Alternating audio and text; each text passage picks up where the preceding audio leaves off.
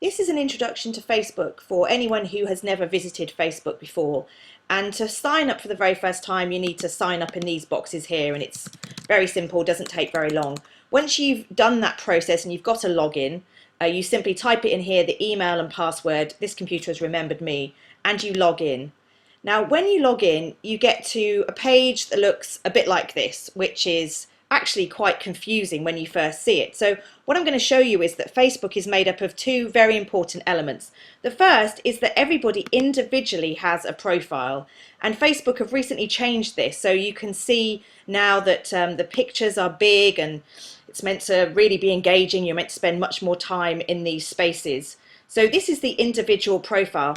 Now, if I was to update my status here and to say I'm doing a training screencast, I could post that now, and that would go to all of my friends, because on Facebook you have friends, and rather than my friends have to think, I wonder what Claire's doing, it will automatically go into something called a newsfeed, which is the thing that we saw first of all. So here I'm doing a training screencast, which I said a second ago would pop up in a newsfeed. The other thing about Facebook is that brands have their own pages. So here's the brand, BBC Radio 1, it's a radio station, has 931,000 people liking it. Now, if I clicked like here, I would see the updates that Radio 1 are posting.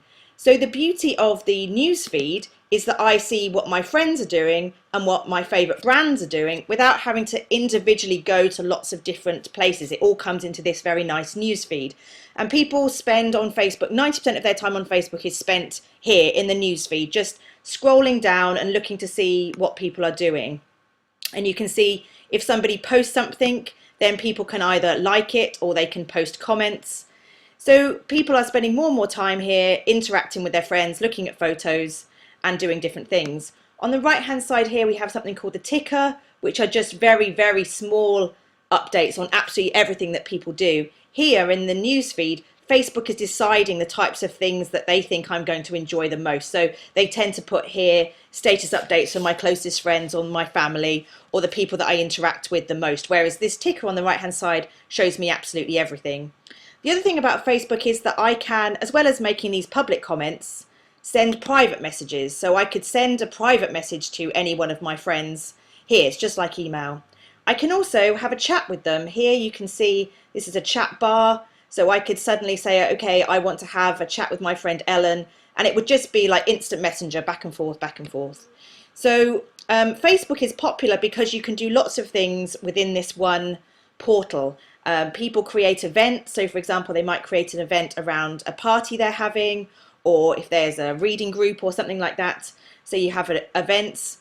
You can also create groups if you want to connect more closely with people.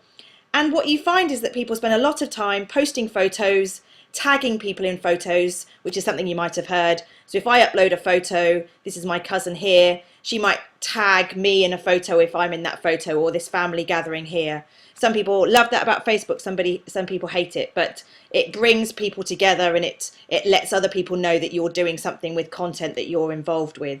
So it doesn't take very long to get your head around Facebook, but there are some of these elements that you need to understand, and the most important one is this newsfeed here.